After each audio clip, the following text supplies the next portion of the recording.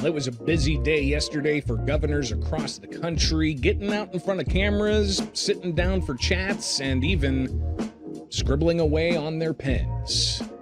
They talked about a range of topics, like addressing birth tourism, or addressing data centers and AI policy, and even how late people can stay out at the bars in their state. Welcome back to the States. I'm Greg Bishop. Now let's start in Chicago, where Illinois Governor J.B. Pritzker sat down for what his office called a fireside chat at the Aspen Ideas Climate Conference. Now, the Democrat who's running for a third term for Illinois governor this year, and is someone many expect to vie for the White House in 2028, he talked about his beef with energy grids that oversee utilities across several different states. From my perspective, I almost want to declare independence. Not from the United States, although there are moments, but rather from these regional transmission organizations, because when we're doing it right here, and yet someone next door or 5 states away is doing it wrong, and it's affecting everybody in this room or people who live across the state of Illinois, that's very disturbing to me. Pritzker has had a spat with these energy grids operators, these regulators, like MISO or PJM, saying that they're not putting alternative energy on the grid fast enough. And this comes after the state of Illinois passed laws in previous years to move away from coal-fired power plants and natural gas-powered plants to focus more on things like wind and solar and battery storage. But that's led to all kinds of red flags and alarms being raised by the grid overseers, saying it could cause a massive crunch on the availability and the price of electricity. But another issue that Pritzker is tackling is data centers. Now, several years ago, the governor had offered up tax credits to attract such data centers to Illinois, but now he's since walked that back, and he says he's putting a pause on those tax carve-outs. If you're going to come, and you've got to have closed loop systems that make sure that you're not contaminating our water or taking too much of our water and costing people in your utility bills water and electricity. So that really was the intention of my putting a pause on the tax credits. Now, as we previously talked about in California, legislators are looking at data center regulations, but California Governor Gavin Newsom yesterday said he wants local governments to have more control over what happens there. Now, during a news conference about responding to wildfire season, Newsom was also asked about whether there are more AI regulations that are needed from the California State House. We've been trying to balance both. As you know, we're the first state in the nation to lead SB 53 with regulating frontier models, large language models. We were the first, and we now are seeing other states, including just recently Illinois, taking it a step further. We've seen states like New York follow California's lead. I'm proud of that. We still need to do more. The Trump administration's approach is let it rip. Ours is a little bit more cautious. Same time, we're trying to find that balance, always striking that balance, but also talking about its promise and promoting the promise of what AI is delivering. Now, Newsom not just talking about those things. During that news conference, he took other off-topic questions, and he's also taking some heat from labor unions about his demand to bring public sector employees back from remote work to their offices for at least just one extra day per week. Rediscover, collaborate, coordinate, develop relationships, friendships, fall in love. Go down, build a sense of community.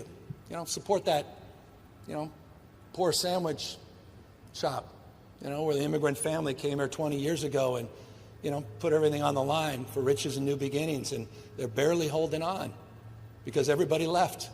The downtown cores have been hollowed out. And all I'm asking for is, you get 3-day weekends.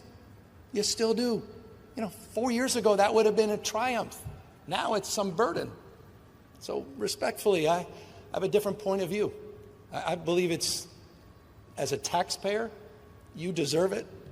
But I also believe it's better for people. And we make exceptions. If there's legitimate exceptions, we'll make them. But not blanket exceptions. I want to see people back at work. I want people re-engaged. You know, that's where magic happens. That's where creativity happens. Now, separately, during a visit to Philadelphia Tuesday, Pennsylvania Governor Josh Shapiro, he touted investments made by his administration into the life sciences sector through the latest state budget.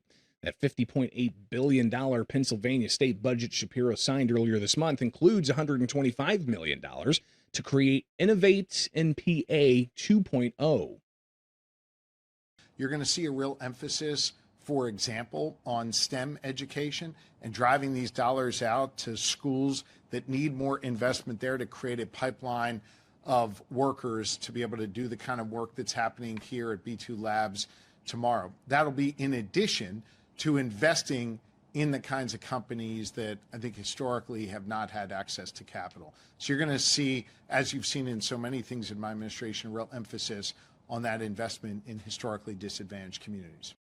Now, during Shapiro's remarks, he also said Pennsylvania, while working with the private sector, has created more jobs than all but 2 states in the entire country. He said he's putting North Carolina and Texas on notice, that he's competitive as hell, and that Pennsylvania is coming for those states next. But Shapiro was also asked about a measure that he signed before the World Cup celebrations to let bars stay open later. And he was asked whether that policy is going to be made permanent.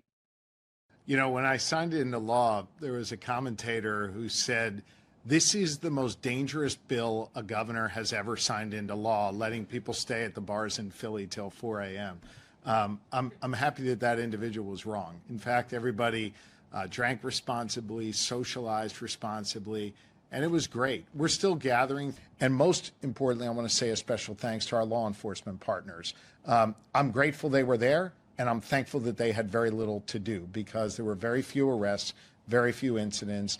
Everybody behaved themselves, even those who stayed out at the bars till 4 a.m. I think we learned from it, and we'll take a look to see whether or not this is something we'd consider in the future.